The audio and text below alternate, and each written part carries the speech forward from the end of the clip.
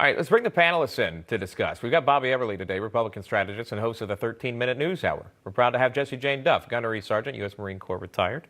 Thank you for your service, Jesse. Good to see both of you here. My goodness, where do we start? Jesse Jane Duff, I'm sure you heard from the alderman of Chicago, by the way, obviously not in agreement with the mayor, Lori Lightfoot.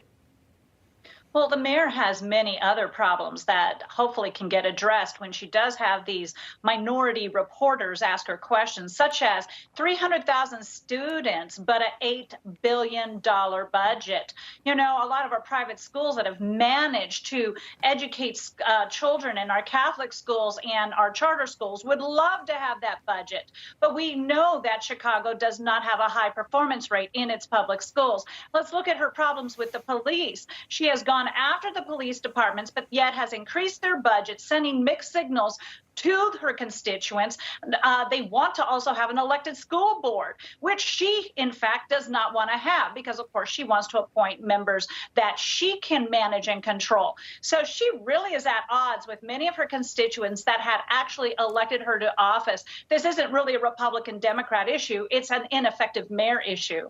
Bobby Eberle, I got just a minute for you, and we showed the video earlier, just keeping in mind because the race topic came up with Mayor Lori Lightfoot. She's married to a white woman, just to keep context. Well, right, and the thing is, and this is the deal, is that they use this race to advance a cause that they feel, whenever it suits their needs, they bring it up. You know, no one talks about the fact that the NBA is 75% black or public school teachers are 76% female.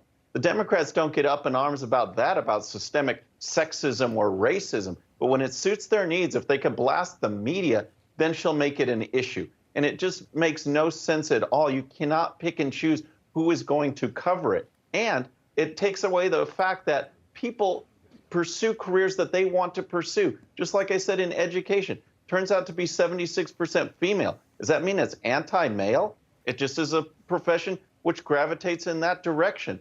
People choose their professions. To call it out based on race is her avoidance of the issues, the problems that are plaguing Chicago. All right, we'll leave it there. Out of time. Bobby Eberle, Jesse Jane Duff. They are our panelists for this hour on your Friday. If you don't mind, stick around. All right, Chris Cuomo admitted this week that he sat on the strategy sessions for his brother, New York Governor Andrew Cuomo. And CNN is not suspending or firing or doing anything to him, really. Let's bring in our panel. Bobby Eberle is a Republican strategist and the host of the 13-Minute News Hour. Also with us, Brian Preston, Deputy Managing Editor for PJ Media and has the best background in TV. Bobby, I want to go to you first. What do you make of this?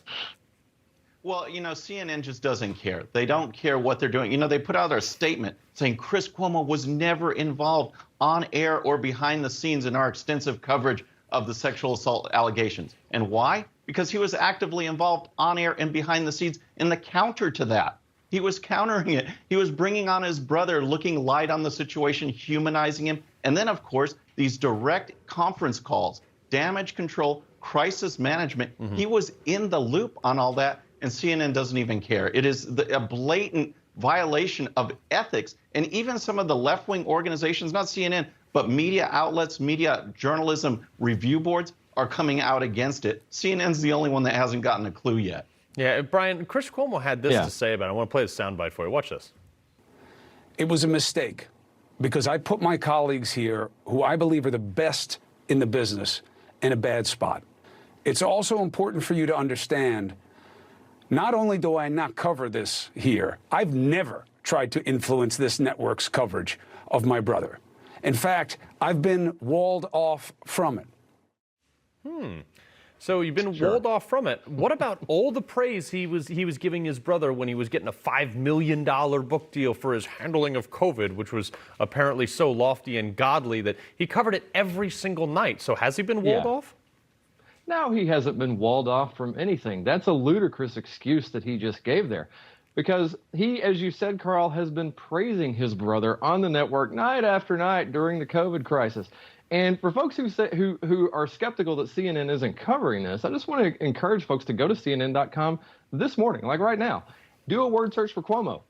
That's the one word you will not find on the front page of CNN right now. And you have the governor of New York, one of the most populous states in this country, who is embroiled in not one, not two, but three, at least, major scandals, all of which have multiple moving parts.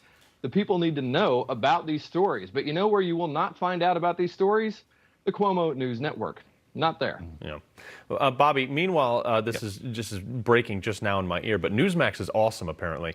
And meanwhile, a Rasmussen poll proved it. They said a survey shows that nearly half of these polls do not favor, these conservative viewers do not favor Fox anymore. We fared very well in that. How is this possible, Bobby?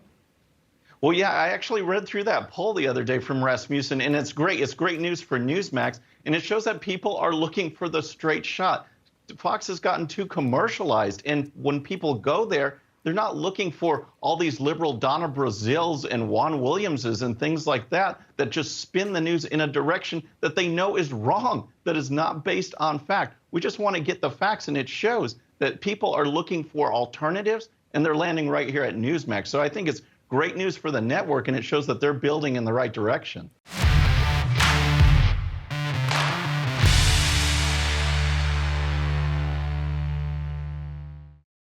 Okay, friends, thanks so much for watching. And before you go, please hit that subscribe button, hit that bell so you'll be notified. And here's a special video just for you so you can watch even more of the 13-minute news hour. And don't forget to check out GOPUSA.com for the best in conservative news and commentary. We'll see you next time.